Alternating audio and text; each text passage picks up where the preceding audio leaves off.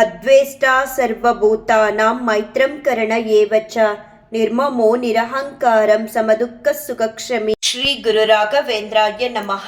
ಎಲ್ಲರಿಗೂ ನನ್ನ ನಮಸ್ಕಾರಗಳನ್ನ ತಿಳಿಸ್ತಾ, ಮಹಾಭಾರತದ ಯುದ್ಧ ಆರಂಭ ಆಗೋದಕ್ಕೂ ಮುಂಚೆ ಶ್ರೀಕೃಷ್ಣ ಪರಮಾತ್ಮರ ಬಳಿ ಅರ್ಜುನ ಬಂದು ಹೇಳ್ತಾರಂತೆ, ನನ್ನನ್ನು ಯುದ್ಧ ಮಾಡು ಅಂತ ಹೇಳ್ತಿದ್ದೀರಲ್ಲ ಶ್ರೀಕೃಷ್ಣ ಪರಮಾತ್ಮ, ನನ್ನ ಎದುರಾಳಿಗಳೆಲ್ಲರೂ ಕೂಡ ನನ್ನ ಸಹೋದರರು, ಮತ್ತೆ ಅವರೆಲ್ಲರೂ ಕೂಡ ನನಗೆ ಗುರುಗಳು. ಅಂಥವ್ರ ಮೇಲೆ ನಾನು ಯಾವ ರೀತಿ ನನ್ನ ಭುಜ ಪರಾಕ್ರಮನ ತೋರಿಸ್ಲಿ, ಯುದ್ಧ ಹೇಗೆ ಮಾಡಲಿ, ನನ್ನಿಂದ ಸಾಧ್ಯ ಇಲ್ಲ ಅಂತ ಹೇಳಿದಾಗ ಶ್ರೀಕೃಷ್ಣ ಪರಮಾತ್ಮ ಹೇಳ್ತಾರಂತೆ, ನಿನ್ನ ಎದುರಾಳಿಗಳೆಲ್ಲರೂ ನಿಂಗೆ ಸಹೋದರರೇ ಆಗಿರ್ಬೋದು ಅಥವಾ ಗುರುಗಳೇ ಆಗಿರ್ಬೋದು, ಆದರೆ ಅವರೆಲ್ಲರೂ ಕೂಡ ಅಧರ್ಮೀಯರು, ಅಧರ್ಮ ಮಾರ್ಗದಲ್ಲಿ ಹೋಗ್ತಿದ್ದಾರೆ. ಅವರ ಅಧರ್ಮದಿಂದ ಎಲ್ಲರಿಗೂ ತೊಂದರೆ ಆಗ್ತಿದೆ. ಅವರ ಅಧರ್ಮನ ನೀನು ನಿನ್ನ ಪರಾಕ್ರಮದಿಂದ ಒದಿಸ್ತೇ ಇದ್ರೆ ಎಲ್ಲರಿಗೂ ಕೆಡುಕಾಗುತ್ತೆ. ಅವರು ನಿನಗೆ ಸಹೋದರರೇ ಆಗಿರ್ಲಿ ಅಥವಾ ಗುರುಗಳೇ ಆಗಿರ್ಲಿ, ಅವರ ಅಧರ್ಮನ ತಡೆಯೋದಿಕ್ಕೆ ನೀನು ಅವ್ರ ಮೇಲೆ ಯುದ್ಧನ ಮಾಡಲೇಬೇಕು ಅಂತ ಹೇಳಿ ತಿಳಿಸ್ತಾರಂತೆ. ಇದರಿಂದ ನಾವು ಏನ್ ಅರ್ಥ ಮಾಡ್ಕೋಬೇಕು ಅಂತ ಅಂದ್ರೆ, ನೀವೆಷ್ಟೇ ಒಳ್ಳೆಯವರಾಗಿರ್ಲಿ, ನಿಮ್ಮವರು ಅಂತ ಅನಿಸ್ಕೊಂಡವರು ನಿಮ್ಗೆ ಯಾವುದೇ ರೀತಿ ತೊಂದರೆಗಳನ್ನ ಕೊಡ್ತಿದ್ರೆ, ದುಃಖಗಳನ್ನ ಕೊಡ್ತಿದ್ರೆ ಅದನ್ನ ಸಹಿಸಬಾರ್ದು. ಶ್ರೀಕೃಷ್ಣ ಪರಮಾತ್ಮ ಹೇಳ್ತಾರೆ, ಅವರ 60 ಭಾಗವತದ 60 ಸಂದೇಶಗಳಲ್ಲಿ ಇದು 10ನೇ ಸಂದೇಶ ಆಗಿದೆ. ನಿಮ್ಮ ಎದುರಾಳಿಗಳು ಅಥವಾ ನಿಮ್ಮವರೇ ಆಗಿದ್ದು ನಿಮ್ಗೆ ಯಾವುದೇ ರೀತಿ ತೊಂದರೆಗಳನ್ನ ಕೊಡ್ತಿದ್ರೆ, ದುಃಖಗಳನ್ನ ಕೊಡ್ತಿದ್ರೆ, ಅಥವಾ ನಿಮ್ಮ ಮೇಲೆ ಯಾವ್ದಾದ್ರು ಅತ್ಯಾಚಾರಗಳನ್ನ ಮಾಡಿದ್ರೆ ಅದನ್ನ ಸಹಿಸಬಾರ್ದು. ಅದನ್ನ ನೀವು ವಿರೋಧಿಸಿ ನಿಲ್ಲಬೇಕು. ವಿರೋಧಿಸಿ ನಿಂತಾಗ ಅವರು ಮಾಡುವಂತಹ ತಪ್ಪುಗಳು ಕಮ್ಮಿ ಆಗುತ್ತೆ. ನೀವು ಅವರೆಲ್ಲರೂ ನಮ್ಮವರೇ ಅಲ್ವಾ, ನನ್ನ ಸಹೋದರರು ಅಥವಾ ನಮ್ಮ ಬಂಧು ಬಳಗದವರೇ ಅಲ್ವಾ ಅಂತ ಹೇಳಿ ನೀವು ಸಹಿಸಿದಾಗ ಅವರು ಮತ್ತೊಂದಷ್ಟು ತಪ್ಪುಗಳನ್ನ ಮಾಡ್ತಾರೆ. ಇದರಿಂದ ಸಮಾಜಕ್ಕೆ ಕೆಡುಕಾಗುತ್ತೆ. ಅದನ್ನೆಲ್ಲ ನೀವು ಸಹಿಸದೆ ಅವ್ರನ್ನ ಎದುರಾಳಿಗಳ ರೀತಿ ನೋಡಿ ಅದನ್ನ ನೀವು ತಡಿಬೇಕು. ತಡೆದಾಗ ಸಮಾಜದಲ್ಲಿ ಅಧರ್ಮ ಅನ್ನೋದು ಉಳಿಯಲ್ಲ. ಅಕಸ್ಮಾತ್ ತೊಂದರೆ ಕೊಡ್ತಿರೋರು, ನೋವು ಕೊಡ್ತಿರೋರೆಲ್ಲ ನಮ್ಮವರೇ ಅಲ್ವಾ ಅಂತ ಹೇಳಿ ನೀವೇನಾದ್ರೂ ಅದನ್ನ ಸಹಿಸ್ಕೊಂಡ್ರೆ ಅವರು ಮಾಡ್ತಿರುವಂತಹ ಪಾಪ ಕರ್ಮಗಳ ಫಲನ ಸಮವಾಗಿ ನೀವು ಕೂಡ ಸ್ವೀಕಾರ ಮಾಡಿದಾಗೆ ಆಗುತ್ತೆ. ಇದು ಕಲಿಯುಗ. ನಿಮ್ಮ ಸಂತೋಷಕ್ಕೆ ಅಡ್ಡಿಪಡಿಸುವಂಥವ್ರನ್ನ ನೀವೇ ಶಿಕ್ಷಿಸ್ಬೇಕು, ಅಂಥವ್ರಿಗೆ ರಕ್ಷಣೆನ ಕೊಡಬಾರ್ದು ಅನ್ನೋದನ್ನ ಶ್ರೀಕೃಷ್ಣ ಪರಮಾತ್ಮ ಅವರ ಭಾಗವತದ 60 ಸಂದೇಶಗಳಲ್ಲಿ 10ನೇ ಸಂದೇಶದ ಮೂಲಕ ಎಲ್ರಿಗೂ ತಿಳಿಸ್ಕೊಟ್ಟಿದ್ದಾರೆ. ಹಾಗೆ ಶ್ರೀಕೃಷ್ಣ ಪರಮಾತ್ಮ ಅವರ 11ನೇ ಸಂದೇಶದಲ್ಲಿ ಹೇಳ್ತಾರೆ, ಯಾವಾಗ್ಲೂ ನೀವು ಮನಸ್ಸಿಂದ ಸಂತೋಷವಾಗಿರ್ಬೇಕು ಅಂತ ಅಂದ್ರೆ ನಿಮ್ಮ ಮನಸ್ಸಲ್ಲಿರುವಂತ ಇಚ್ಛೆಗಳ ಸಂಖ್ಯೆನ ಕಮ್ಮಿ ಮಾಡ್ಕೋಬೇಕು ಅಂತ ಹೇಳಿ. ಜೀವನದಲ್ಲಿ 3 ಅವಸ್ಥೆಗಳು ಬರುತ್ತೆ: ಬಾಲ್ಯ, ಯೌವನ, ಮುಪ್ಪು. ಇದೆಲ್ಲ ಕೊನೆಗೊಳ್ಳುತ್ತೆ, ಆದರೆ ಆತ್ಮ ಮಾತ್ರ ಅಮರವಾಗಿರುತ್ತೆ. ಆ ಆತ್ಮ ಮತ್ತೆ ಮತ್ತೆ ಪುನರ್ಜನ್ಮನ ಹೊಂದಿರುತ್ತೆ. ಯಾಕಂತ ಅಂದ್ರೆ ಮನುಷ್ಯ ತನ್ನ ಮನಸ್ಸಿನ ಇಚ್ಛೆಗಳಿಂದ ಮುಕ್ತನಾಗಲ್ವೋ ಅಲ್ಲಿ ತನಕ ಆ ಆತ್ಮ ಮತ್ತೆ ಮತ್ತೆ ಪುನರ್ಜನ್ಮನ ಹೊಂತಾನೆ ಇರುತ್ತೆ. ಶ್ರೀಕೃಷ್ಣ ಪರಮಾತ್ಮ ಹೇಳ್ತಾರೆ, ನೀವು ಜೀವನದಲ್ಲಿ ಸಂತೋಷವಾಗಿಲ್ಲದೆ ಇರಲು ಕಾರಣ ನಿಮ್ಮ ಮನಸ್ಸಿನ ಇಚ್ಛೆಗಳು. ಮನುಷ್ಯ ತನ್ನ ಮನಸ್ಸಿನ ಇಚ್ಛೆಗಳನ್ನ ಯಾವಾಗ ನಿಯಂತ್ರಿಸೋದನ್ನ ಕಲ್ತ್ಕೊಳ್ತಾರೋ ಆವಾಗ ಮನಸ್ಸಲ್ಲಿ ಸಂತೋಷ ಅನ್ನೋದು ಸಿಗುತ್ತೆ. ಇವಾಗ ಸಂತೋಷ ಅನ್ನೋದು ಹೇಗೆ ಸಿಗುತ್ತೆ ಅಂದ್ರೆ, ನಿಮ್ಮ ಮನಸ್ಸಿನ ಇಚ್ಛೆಗಳು 90 ಭಾಗ ಇದ್ದಾಗ ಸಂತೋಷ ಅನ್ನೋದು ಒಂದು 10% ಇರುತ್ತೆ. ಅದೇ ನೀವು ಮನಸ್ಸಿನ ಇಚ್ಛೆಗಳ ಸಂಖ್ಯೆನ ಕಮ್ಮಿ ಮಾಡಿಕೊಂಡಾಗ ನಿಮ್ಮ ಮನಸ್ಸಲ್ಲಿ ಸಂತೋಷ ಅನ್ನೋದು 100% ಇರುತ್ತೆ. ಆದಷ್ಟು ನಮ್ಮ ಮನಸ್ಸಿನ ಇಚ್ಛೆಗಳನ್ನ ಕಮ್ಮಿ ಮಾಡಿಕೊಂಡಾಗ ನಾವು ಯೌವನ ಅವಸ್ಥೆ, ಬಾಲ್ಯಾವಸ್ಥೆ, ಮುಪ್ಪಿನ ಅವಸ್ಥೆ ಕಳೆದ್ರೂ ಕೂಡ ನಮ್ಮ ಆತ್ಮಕ್ಕೆ ಮೋಕ್ಷ ಅನ್ನೋದು ಸಿಗುತ್ತೆ. ಯಾವಾಗ ಅಂತ ಅಂದ್ರೆ, ನಮ್ಮ ಮನಸ್ಸಿನ ಇಚ್ಛೆಗಳ ಸಂಖ್ಯೆನ ಕಮ್ಮಿ ಮಾಡಿಕೊಂಡು ಬದುಕದನ್ನ ಕಲಿತಾಗ ನಾವು ಸತ್ತ ನಂತರ ನಮ್ಮ ಆತ್ಮಕ್ಕೂ ಕೂಡ ಮೋಕ್ಷ ಅನ್ನೋದು ಸಿಗುತ್ತೆ. ಇಲ್ಲ ಅಂತ ಅಂದ್ರೆ ಆತ್ಮ ಅಮರವಾಗಿದ್ದು ನಮ್ಮ ಇಚ್ಛೆಗಳೆಲ್ಲ ಈಡೇರಿರಲ್ಲ ಅಲ್ವಾ. ನಾವು ಯೌವನ ಅವಸ್ಥೆ, ಮುಪ್ಪಿನ ಅವಸ್ಥೆ ಅಥವಾ ಬಾಲ್ಯ ಅವಸ್ಥೆಯಲ್ಲಿ ನಮ್ಮ ಇಚ್ಛೆಗಳು ಏನಿರುತ್ತೆ ಅದು ಯಾವುದೂ ಕೂಡ ಫುಲ್ಫಿಲ್ ಆಗಿರಲ್ಲ. ನಾವು ತುಂಬಾ ಇಚ್ಛೆಗಳನ್ನ ಹೊಂದಿರ್ತೀವಿ. ಆ ಕಾರಣಕ್ಕೆ ನಾವು ಸತ್ತ ನಂತರ ಕೂಡ ನಮ್ಮ ಆತ್ಮ ಪುನರ್ಜನ್ಮನ ಹೊಂದಿ ಬರ್ತಾನೆ ಇರುತ್ತೆ. ನಾವು ಸತ್ತ ನಂತರ ನಮ್ಮ ಆತ್ಮಕ್ಕೆ ಮೋಕ್ಷ ಸಿಗ್ಬೇಕು ಅಂತ ಅಂದ್ರೆ ಆದಷ್ಟು ನಮ್ಮ ಮನಸ್ಸಿನ ಇಚ್ಛೆಗಳ ಸಂಖ್ಯೆನ ಕಮ್ಮಿ ಮಾಡ್ಕೋಬೇಕು ಅಂತ ಹೇಳಿ ಶ್ರೀಕೃಷ್ಣ ಪರಮಾತ್ಮ ಅವರ 11ನೇ ಸಂದೇಶದಲ್ಲಿ ತಿಳಿಸಿದ್ದಾರೆ. ಶ್ರೀಮದ್ ಭಾಗವತದಲ್ಲಿ ಶ್ರೀಕೃಷ್ಣ ಪರಮಾತ್ಮ ಅವರು ತಿಳಿಸಿರುವ 60 ಸಂದೇಶಗಳು ಬಹಳ ಮುಖ್ಯ. ಒಂದೊಂದು ಸಂದೇಶಗಳನ್ನು ಕೂಡ ನಾವು ತಿಳಿದು ಬದುಕಿದಾಗ ಒಂದು ಉನ್ನತವಾದ ಜೀವನನ ನಡೆಸೋದಕ್ಕೆ ಸಾಧ್ಯ ಆಗುತ್ತೆ. ನಾಳೆ ಮಂಗಳವಾರ ಡಿಸೆಂಬರ್ 30ನೇ ತಾರೀಕು ವೈಕುಂಠ ಏಕಾದಶಿ ಬರ್ತಿದೆ. ಏಕಾದಶಿನೂ ಅಷ್ಟೇ ಶ್ರದ್ಧಾ ಭಕ್ತಿ ನಿಷ್ಠೆಯಿಂದ ಆಚರಣೆ ಮಾಡಬೇಕು. ಎಷ್ಟೋ ಸಲ ನಾವು ರಾಯರಿಗೆ ಸೇವೆನ ಸಲ್ಲಿಸ್ತಿದ್ದೀವಿ, ಆದರೂ ಯಾಕೋ ನಮಗೆ ರಾಯರು ಅನುಗ್ರಹನ ಮಾಡ್ತಿಲ್ಲ ಅಂತ ಬೇಸರನ ಪಟ್ಕೊಳ್ತೀರ. ನಾವು ರಾಯರಿಗೆ ಭಕ್ತರಾದ ಮೇಲೆ ರಾಯರು ಕೂಡ ನಿರ್ಜಲವಾಗಿ ಪ್ರತಿಯೊಂದು ಏಕಾದಶಿಗಳನ್ನು ಆಚರಣೆ ಮಾಡ್ತಿರ್ತಾರೆ. ನಾವು ಅವ್ರಿಗೆ ಭಕ್ತರು ಅಂದ ಮೇಲೆ ನಾವು ಕೂಡ ಏಕಾದಶಿ ವ್ರತಾಚರಣೆಗಳನ್ನ ನಿಷ್ಠೆಯಿಂದ ಉಪವಾಸದಲ್ಲಿ ಇತ್ಕೊಂಡು ಆಚರಣೆ ಮಾಡಬೇಕು. ನಾವು ಏಕಾದಶಿ ವ್ರತಾಚರಣೆನ ಮಾಡೋದ್ರಿಂದ ರಾಯರ ಅನುಗ್ರಹ ನಮ್ಮ ಮೇಲೆ ಶೀಘ್ರವಾಗಿ ಆಗುತ್ತೆ. ಭಗವಂತನ ಪ್ರೀತಿಗೋಸ್ಕರ ಮಾಡುವಂತಹ ಒಂದು ವ್ರತಾಚರಣೆ ಅಂತ ಅಂದರೆ ಈ ಏಕಾದಶಿ ವ್ರತಾಚರಣೆಗಳು. ಪ್ರತಿಯೊಂದು ಏಕಾದಶಿಗೂ ಅದರದ್ದೇ ಆದ ಮಹತ್ವ ಅನ್ನೋದಿದೆ. ಮತ್ತು ಈ ಒಂದು ಏಕಾದಶಿ ವ್ರತಾಚರಣೆಗಳಿಗಿಂತ ಮಿಗಿಲಾದಂತಹ ಯಾವುದೇ ವ್ರತಾಚರಣೆಗಳು ಇಲ್ಲ ಅಂತ ಹಿರಿಯರು ತಿಳಿಸ್ತಾರೆ. ನಾಳೆ ಭಗವಂತನ ಪ್ರೀತಿಗೋಸ್ಕರ, ಭಗವಂತನ ಪ್ರೀತ್ಯರ್ಥರನ್ನಾಗಿ ಮಾಡೋದಕ್ಕೋಸ್ಕರ ನಿಷ್ಠೆಯಿಂದ ರಾಯರ ನಾಮಸ್ಮರಣೆನ ಮಾಡ್ತಾ ನಿಮ್ಮ ಮನೆಗಳಲ್ಲಿ ಏಕಾದಶಿ ಆಚರಣೆ ಮಾಡಿ. ಈಗ ಧನುರ್ಮಾಸ ಇದೆ.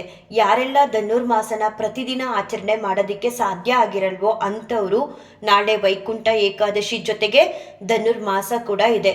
ನೀವು ಧನುರ್ಮಾಸದಲ್ಲಿ ಪ್ರತಿದಿನ ಪೂಜೆ ಮಾಡದೇ ಇದ್ರೂ ಒಂದೇ ಒಂದು ದಿನ ಆದರೂ ಕೂಡ ಆಕಾಶದಲ್ಲಿ ನಕ್ಷತ್ರಗಳು ಇರುವಾಗಲೇ ಅಂದರೆ ಬ್ರಾಹ್ಮಿ ಮುಹೂರ್ತದ ಸಮಯದಲ್ಲಿ ಭಗವಂತನ ಸೇವೆನ ಮಾಡೋದ್ರಿಂದ ಸಾವಿರಾರು ವರ್ಷ ನೀವು ಭಗವಂತನ ಸೇವೆ ಮಾಡಿದಾಗ ಎಷ್ಟು ಪುಣ್ಯ ಫಲನ ಪಡ್ಕೊಳ್ತಿರೋ ಅಷ್ಟು ಪುಣ್ಯ ಫಲನ ನೀವು ಒಂದು ದಿನ ಆಚರಣೆ ಮಾಡಿದ್ರೂ ಕೂಡ ಈ ಧನುರ್ಮಾಸದಲ್ಲಿ ಭಗವಂತನ ಸೇವೆನ ನಿಮಗೆ ಭಗವಂತ ಅನುಗ್ರಹನ ಮಾಡ್ತಾರೆ.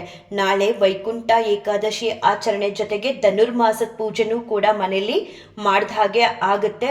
ಆದಷ್ಟು ಬ್ರಾಹ್ಮಿ ಮುಹೂರ್ತದ ಸಮಯದಲ್ಲಿ ಆಚರಣೆನ ಮಾಡಿ. ನಾಳೆ ಏಕಾದಶಿ ಇದೆ ಅಲ್ವಾ, ಉಪವಾಸದಲ್ಲಿ ಇರೋಣ, ಸ್ವಲ್ಪ ತಡವಾಗಿ ಎದ್ಬಿಡೋಣ, ಸ್ವಲ್ಪ ಹೊತ್ತು ಕಳೆಯುತ್ತೆ ಅಂತ ಹೇಳಿ ತಡವಾಗಿ ಎದ್ದು ಸೂರ್ಯೋದಯ ಆದ ಮೇಲೆ ಮನೆಗಳಲ್ಲಿ ಏಕಾದಶಿ ಪೂಜೆನ ಮಾಡಬೇಡಿ. ಅದಕ್ಕೂ ಮುಂಚೆ ಬ್ರಾಹ್ಮಿ ಮುಹೂರ್ತದ ಸಮಯದಲ್ಲೇ ಆದಷ್ಟು ಭಗವಂತನ ಸೇವೆನ ಮಾಡಿ. ರಾಘವೇಂದ್ರ ಸ್ವಾಮಿಯವರು ಕೂಡ ನಿರ್ಜಲವಾಗಿ ವೈಕುಂಠ ಏಕಾದಶಿ ಆಚರಣೆ ಮಾಡೋದ್ರಿಂದ ಅವ್ರಿಗೆ ಯಾವುದೇ ರೀತಿಯಾದ ಹೂವಿನ ಅಲಂಕಾರನ ಮಾಡಬೇಡಿ. ಮತ್ತು ನೈವೇದ್ಯ ಕೂಡ ಮಾಡೋದು ಬೇಡ.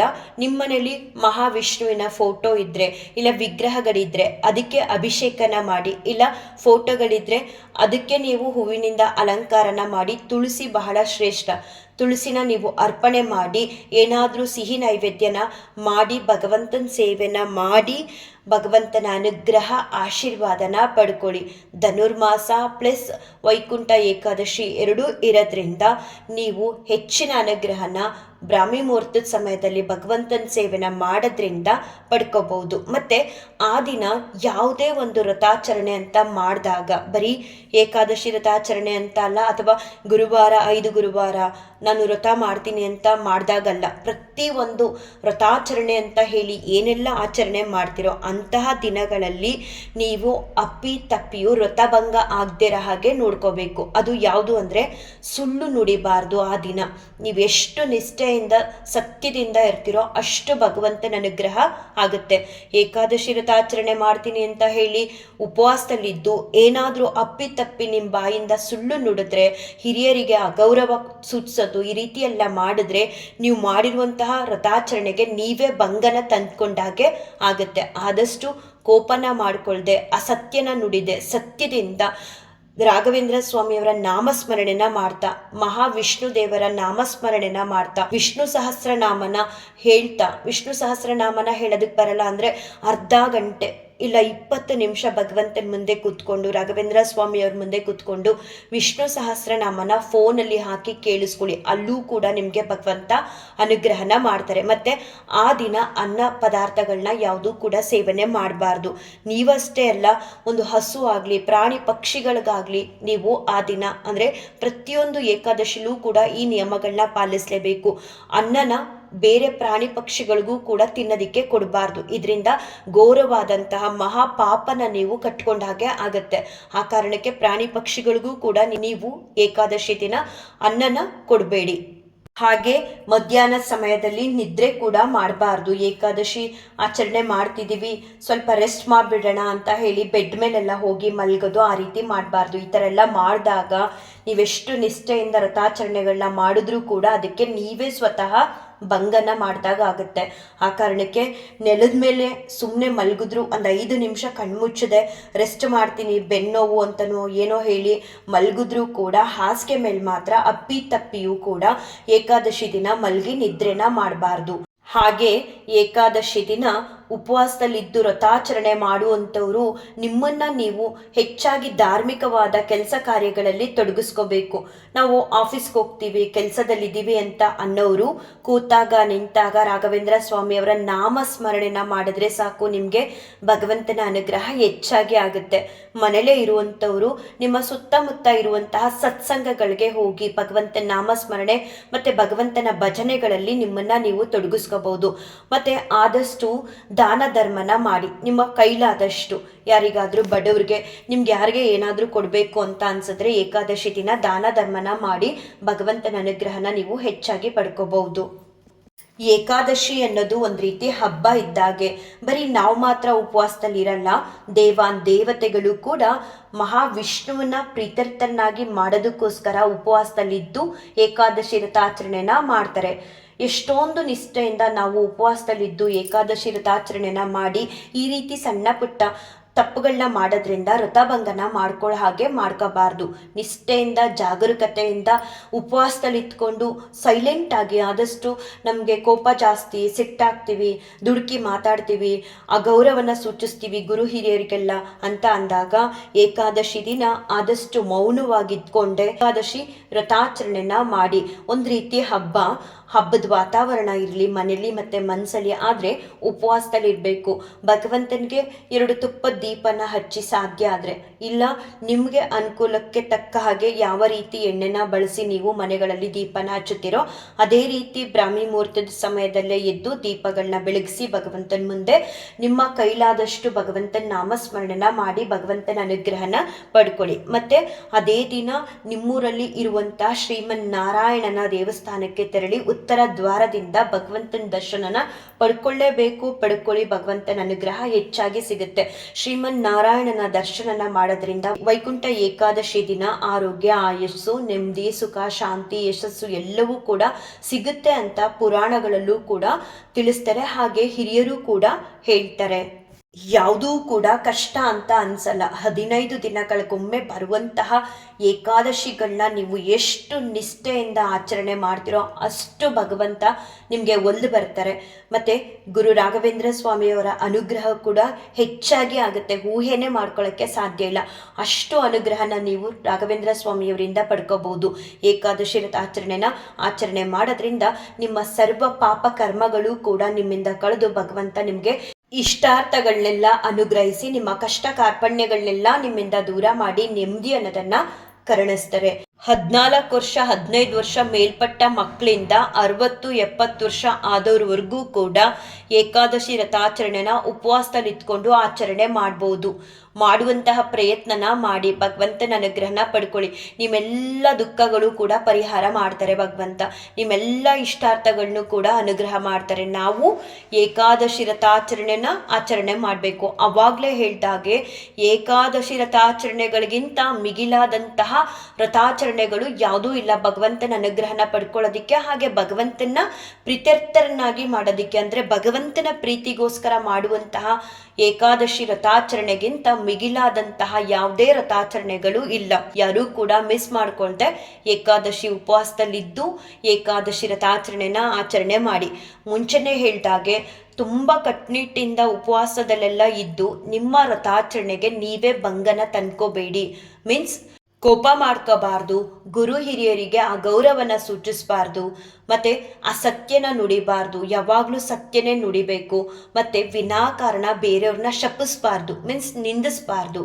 ಆದಷ್ಟು ಜಾಗರೂಕತೆಯಿಂದ ಉಪವಾಸದಲ್ಲಿದ್ದೀನಿ ಅನ್ನೋ ಎಚ್ಚರಿಕೆಯಿಂದ ಮೌನದಲ್ಲೇ ಇದ್ಕೊಂಡು ಭಗವಂತನ ಅನುಗ್ರಹನ ಪಡ್ಕೊಳ್ಳಿ. ಹಾಗೆ ಶ್ರೀಮನ್ನಾರಾಯಣನ ದರ್ಶನನ ಪಡ್ಕೊಂಡು ಭಗವಂತನ ಅನುಗ್ರಹ ಮತ್ತು ಅವರ ಕೃಪೆಗೆ ಪಾತ್ರರಾಗಿ ರಾಘವೇಂದ್ರ ಸ್ವಾಮಿಯವರ ಅನುಗ್ರಹ ಆಶೀರ್ವಾದ ನಿಮ್ಮೆಲ್ಲರ ಮೇಲೂ ಇರಲಿ ಅಂತ ನಾನು ರಾಯರ ಹತ್ರ ಬೇಡ್ಕೊಳ್ತಾ ಈ ಒಂದು ವಿಡಿಯೋನ ಎಂಡ್ ಮಾಡ್ತೀನಿ. ಶ್ರೀಕೃಷ್ಣಾರ್ಪಣಮಸ್ತು, ಶ್ರೀಕೃಷ್ಣಾರ್ಪಣಮಸ್ತು, ಶ್ರೀಕೃಷ್ಣಾರ್ಪಣಮಸ್ತು.